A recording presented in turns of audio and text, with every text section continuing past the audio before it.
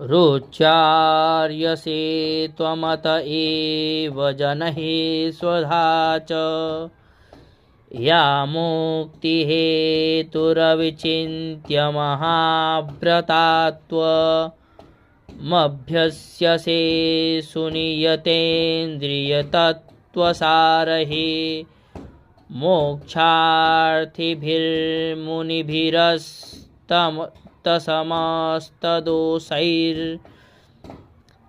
मोक्षार्थिभिर्मुनिभिरस्तमस्तदोषैर्विद्यासि सा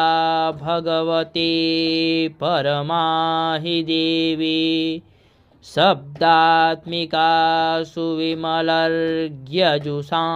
निधान मुद्गेथरम्यपटपाठवतां च साम्नां देवी त्रयी भगवती भवभावनाय वार्ता च सर्वजगतां परमार्थिहन्त्री